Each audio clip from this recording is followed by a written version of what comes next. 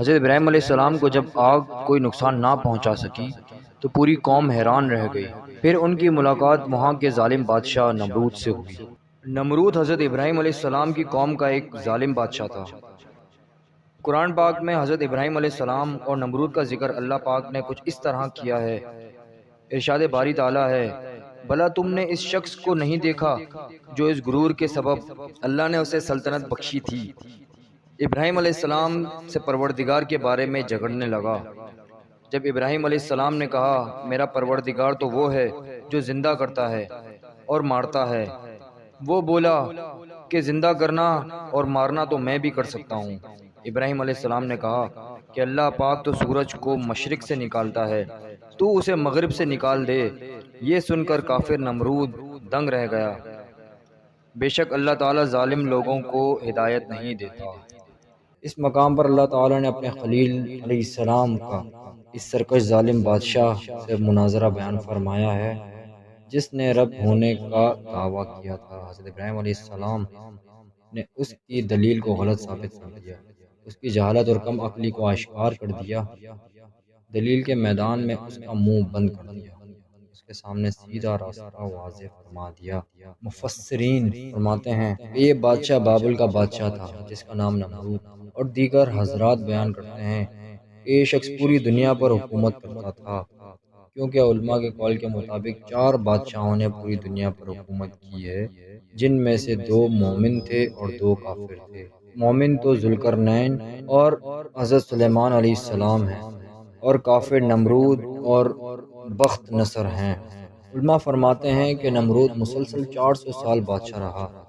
اس نے سرکشی، ظلم اور تکبر کا راستہ اختیار کیا اور آخرت کے بجائے دنیا کا حصول پیش نظر رکھا۔ جب اسے حضرت ابراہیم علیہ السلام نے اللہ تعالیٰ وحدہ لا شریک کی عبادت کی دعوت دی تو اس نے جہالت اور گمراہی کی وجہ سے خالق کا انکار کر دیا۔ چنانچہ حضرت ابراہیم علیہ السلام نے اس سے بحث کی۔ اس نے اپنے رب ہونے کا دعویٰ کیا تو حضرت ابراہیم علیہ السلام نے فرمایا میرا رب زندہ کرتا ہے اور مارتا ہے، تو اس نے کہا میں بھی زندہ کرتا ہوں اور مارتا ہوں۔ محمد بن اسحاق رحمۃ اللہ تعالیٰ بیان کرتے ہیں کہ اس کے سامنے 2 آدمی پیش کیے گئے جن کے لیے سزائے موت کا فیصلہ ہو چکا تھا۔ اس نے ایک کو قتل کرنے کا حکم دیا اور دوسرے کو معاف کر دیا۔ اس طرح اس نے یہ فریب دیا کہ اس نے ایک کو موت دے دی اور دوسرے کو زندگی بخش دی۔ اس کا یہ عمل حضرت ابراہیم علیہ السلام کی دلیل کا جواب نہیں تھا، اور نہ اس کا موضوع مناظرہ سے کوئی تعلق تھا، بلکہ یہ ایک بیکار بات تھی جس سے ظاہر ہو گیا کہ اس کے پاس کوئی دلیل نہیں۔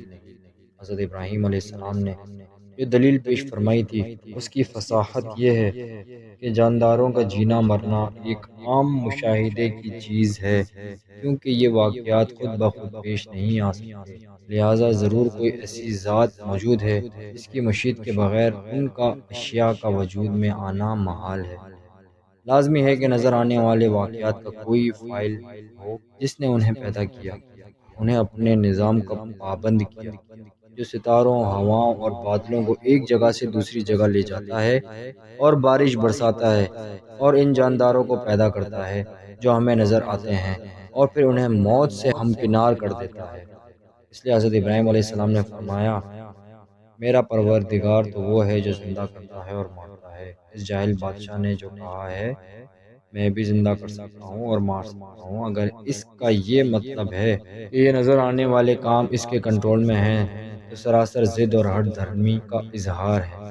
اس نے نہ تو مقدمہ کو غلط ثابت کیا ہے نہ دلیل کے مقابل دلیل پیش کی۔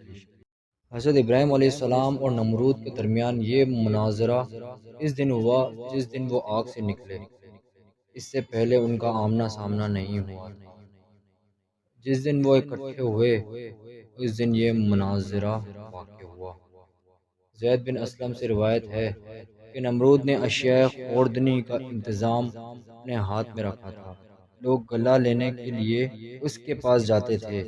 حضرت ابراہیم علیہ السلام بھی دوسرے لوگوں کے ساتھ گلہ لینے کے لیے گئے۔ اس سے پہلے دونوں کی کبھی ملاقات نہیں ہوئی تھی، اس وقت ان کے درمیان یہ مناظرہ ہو گیا۔ اس نے حضرت ابراہیم کو گلہ دینے سے انکار کر دیا۔ آپ اس کے پاس سے آئے تو آپ کے پاس گلا نہیں تھا۔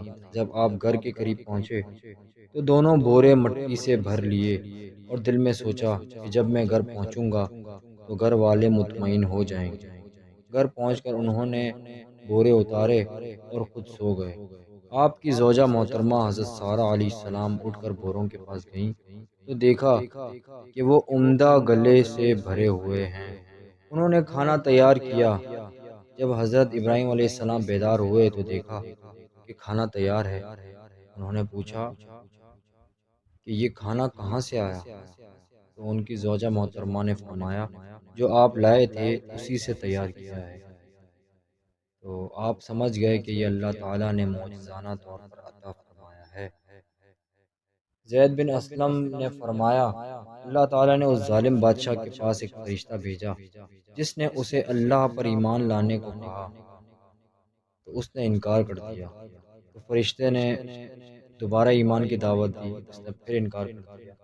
پھر تیسری بار ایمان کی دعوت دی، اس نے پھر انکار کیا اور کہا تو اپنے لشکر جمع کر لے، میں اپنے لشکر جمع کرتا ہوں۔ تو طلوع آفتاب کے وقت نمرود نے اپنی تمام فوجیں جمع کر لی۔ اللہ تعالیٰ نے اتنے مچھر بھیج دیے کہ سورج ان کی اونٹ میں چھپ گیا۔ اللہ تعالیٰ نے لشکر والوں پر مچھر مسلط کر دیے، انہوں نے ان کا گوشت اس طرح کھا لیا کہ صرف ہڈیاں باقی رہ گئیں۔ ایک مچھر تو بادشاہ کی ناک میں داخل ہو گیا۔ اللہ تعالیٰ نے اس کے ذریعے اسے 400 سال عذاب میں مبتلا رکھا۔ چنانچہ اس کے سر پر ہتھوڑے مارے جاتے تھے حتیٰ کہ وہ اللہ تعالیٰ کے حکم سے ہلاک ہو گیا۔